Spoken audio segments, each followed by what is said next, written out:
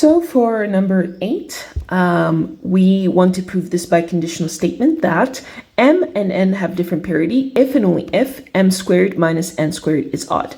And a biconditional statement of the form p if and only if q means that we have to prove two statements. We have to prove if p then q and if q then p. So let's go ahead and prove this statement here. I'll just number them. So let's prove number 1. So we are going to begin by assuming p. So we're going to say let mn belong to the set of integers and suppose mn have different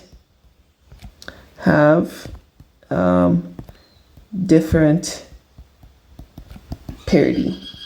So different parity means that either one is odd and the other is even, or vice versa. So because we can't do without loss of generality because of m squared minus n squared, if it had been m squared plus n squared, we could have done. But in this case, we're going to have to do in two cases. So case 1, m is odd, n is even. So if m is odd and n is even, then there exists integers a, b belonging to the set of integers such that m is equal to 2a plus 1 and n is equal to 2b. So m squared is going to be equal to 2a plus 1 squared, which is going to be equal to, let's see, that's 4a squared plus 4a plus 1. And then n squared is going to be equal to 2b squared. That's going to be just 4b squared. So m squared minus n squared is going to be equal to 4a squared plus 4a plus 1 minus, let's see, minus 4b squared. And in this case, what I'm going to do is I'm just going to rearrange it. So is equal to, I'm going to factor out the 4 from these three terms. So 4 times a, actually, I'm not going to do that. Let me just first rearrange it and then I'll factor out. It's going to be 4a squared plus 4a minus 4b squared plus 1. And now I'm going to factor actually a 2, not a 4, from these first three terms. So 2 times 2a squared plus 2a minus 2b squared and then plus 1. Okay. And so here we can say that 2a squared plus 2a minus b belongs to the set of integers. So m squared minus n squared is odd. It does fit into that. Does fit into that category. Let me just check if we are okay. Yeah, we are fine. The math is correct. So in this case, now let us do case 2, right? Case 2, where m is even and n is odd. Then there exist integers cd. So cd belonging to the set of integers such that in this case now we're going to have that m is going to be equal to 2c and n is going to be equal to 2d plus 1. So m squared is going to be equal to 2c squared. It's going to be equal to 4c squared. And n squared is going to be equal to 2d plus 1 squared. So that's going to be 4d squared plus, let's see, 4d plus 1. Okay, so m squared minus n squared is going to be equal to 4c squared minus n squared, so minus 4d squared minus 4d minus 1. And what I want to do is I want to have a plus 1 show up here. So I'm just going to add minus 2 plus 1. So which is equal to 4c squared minus 4d squared minus 4d. Let me see if that is correct. Yes, that it is. And then minus 2 plus 1. Okay, now I'm going to factor out a 2 from the first 4 terms, which is equal to 2 times 2c squared minus let's see, 2d squared minus 2d minus 1, and then plus 1. And so once I get here, let me see if anything's missing. For a squared, no, we're fine. And then once we get here, we just say, okay, this is an integer, right? So we say 2c squared minus 2d squared minus 2d minus 1 belongs to the set of integers. So m squared minus n squared is odd. Okay, so we have shown that in both cases, right, if we assume p, so we're going to say assume they have different parities, and then we show that in both cases, m squared minus n squared is odd, right? We show that it leads to q. Now, let us then prove, so we've proved statement number 1, where p implies q, and now let's prove statement number 2.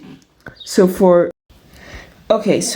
statement number 2, we want to assume q and show that it leads to p. So we want to assume that m minus squared minus n squared is odd, and show that it leads to m and n have different parity.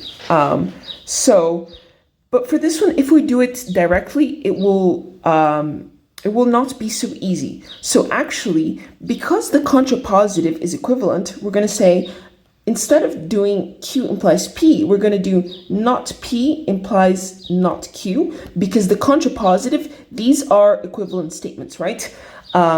So in this case, we're going to choose to do the contrapositive to show that q implies p.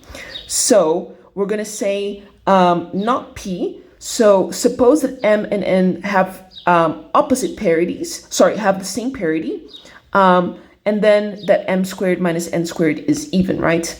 So we're going to say for 2, assume not p, right? So assume that m and n have the same parity,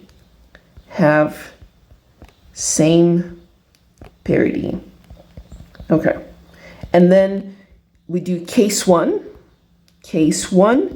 m and n are odd. Well, in this case, if m and n are odd, then there exists integers e, f, so belonging to the set of integers, such that m is equal to 2e plus 1 and n is equal to 2f plus 1. So m squared is going to be equal to 2e plus 1 squared, which is going to be equal to 4e squared plus 4e plus 1. And then we have that n squared is going to be equal to 2f plus 1 squared. So that's going to be 4f squared plus 4f plus 1. Okay, cool. So now m squared minus n squared is going to be equal to 4e squared plus 4e plus 1, and then minus this whole thing, so minus 4f squared minus 4f minus 1, which is going to be equal to, the plus 1 and minus 1 are going to cancel, so that's just going to be 4e squared plus 4e minus 4f squared minus 4f, and now we factor out a 2, so I'm going to factor out a 2 times, so 2e squared plus 2e minus 2f squared minus 2f, and we say, okay, 2e squared plus 2e minus 2f squared minus 2f belongs to the set of integers, so m squared minus n squared is even, right? And then we have to now do case 2, so case 2, where m and n are both even.